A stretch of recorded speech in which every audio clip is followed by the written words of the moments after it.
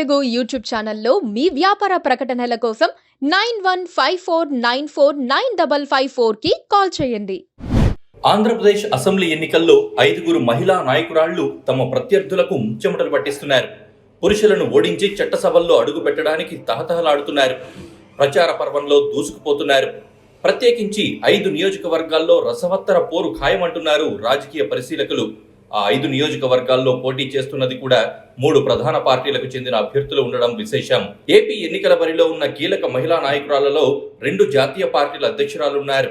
కాంగ్రెస్ అధ్యక్షురాలు షర్మిల కడప లోక్సభ నియోజకవర్గం నుండి, బీజేపీ ఏపీ శాఖ అధ్యక్షురాలు పురంధేశ్వరి రాజమండ్రి నుండి పోటీ చేస్తున్నారు. నారా చంద్రబాబు తనయుడు లోకేష్ పోటీ చేస్తున్న మంగళగిరి నియోజకవర్గం నుండి మురుగుడు లావణ్య, పిఠాపురంలో జనసేన అధినేత పవన్ పై వైసీపీ అభ్యర్థి వంగా గీత, హిందూపురంలో నందమూరి బాలకృష్ణపై తిప్పేగౌడ దీపిక పోటీ చేస్తున్నారు.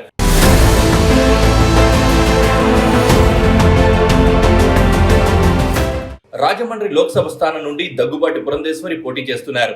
ఇక్కడ వైసీపీ తరపున గూడూరి శ్రీనివాస్ బరిలో ఉన్నారు.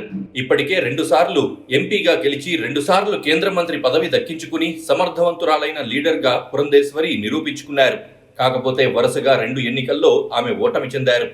ఈసారి ఖచ్చితంగా గెలిచి తిరిగి లోక్సభలో అడుగు పెట్టాలని పట్టుదలగా ఉన్న పురంధేశ్వరి నియోజకవర్గంలో అన్ని వర్గాలను కలుపుకుపోతున్నారు. మంచి వక్త కూడా కావడంతో తన ప్రచారంలో తానే స్టార్ క్యాంపెయినర్ గా వ్యవహరిస్తున్నారు. ఈసారి గెలిచి మరోసారి కేంద్ర మంత్రి కావాలన్నది ఆమె లక్ష్యంగా ఉంది.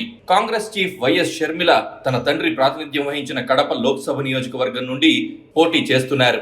తన సోదరుడి పార్టీ వైఎస్ఆర్ కాంగ్రెస్ తరపున కడప నుండి పోటీ చేస్తున్న అవినాష్ రెడ్డికి పోటీ ఇస్తున్నారు షర్మిల. తన చిన్నాన్న వైఎస్ వివేకానంద రెడ్డి హత్య వెనుక కీలక సూత్రధారి అయిన అవినాష్ రెడ్డికి టికెట్ ఇవ్వడాన్ని తప్పుపట్టిన షర్మిల హంతకులను కాపాడుతున్నారంటూ తన సోదరుడిపై విరుచుకుపడుతున్నారు. ఈ ఎన్నికల్లో గెలిచి వైఎస్ఆర్ రాజకీయ వారసత్వాన్ని అందిపుచ్చుకోవాలని షర్మిల ఆశపడుతున్నారు. దానికి తగ్గట్లుగానే కష్టపడి ప్రచారం చేస్తున్నారు.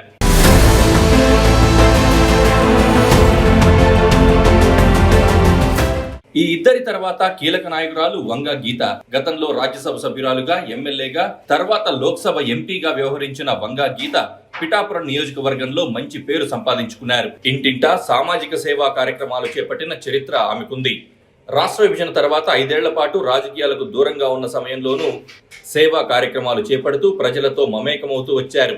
ఈసారి పిఠాపురం నుండి పోటీ చేస్తున్న వంగా గీత పవన్ కళ్యాణ్ కు చుక్కలు చూపిస్తున్నారు. పవన్ కళ్యాణ్ ఖచ్చితంగా ఓడిపోతారని చెప్పలేం, కానీ ఆయన విజయం సాధించాలంటే మాత్రం చెమటలు కక్కాల్సిందే. అంత గట్టి పోటీ ఖాయం. ఆమె గెలిచినా గెలిచేస్తారని రాజకీయ పండితులు అంటున్నారు. అదే జరిగితే పవన్ కు మరో పరాభవం తప్పకపోవచ్చు.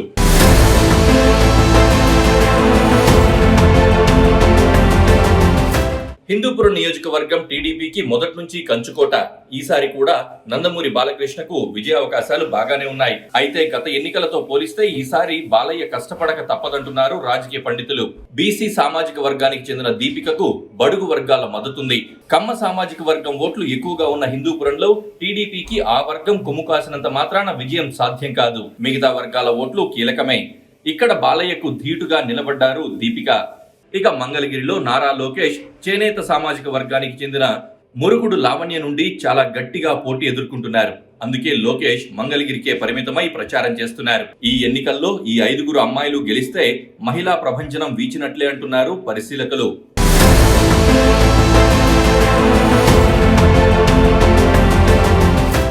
Please do subscribe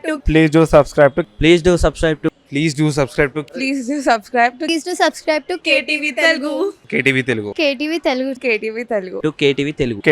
Please do subscribe to KTV Telugu.